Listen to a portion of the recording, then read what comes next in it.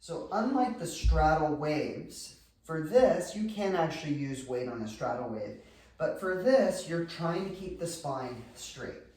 Especially if you have trouble maintaining an anterior pelvic tilt in this position, I recommend elevating your hips.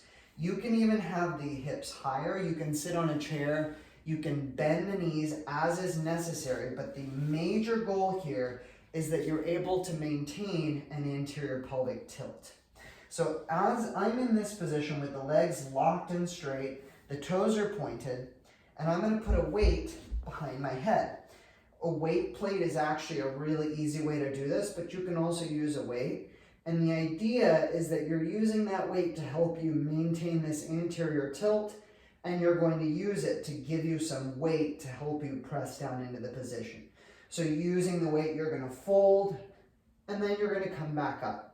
The idea being is that the whole time you're maintaining a neutral spine as you go through the motion. You'll do multiple reps, usually 10 to 15, and then you hold the last rep for 10 to 15 seconds, really working the engagement. Your goal is for the legs to never be passive. You're always actively locking them. And once again, if you need to, you can be higher on a chair or something like that with the knees bent.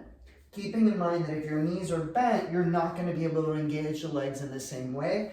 And this is going to be more isolated in the hip joint as opposed to accessing the entire leg. Bending the knees is a good way to access this, especially if you've got knee issues that give you trouble with locking out the knees in this position.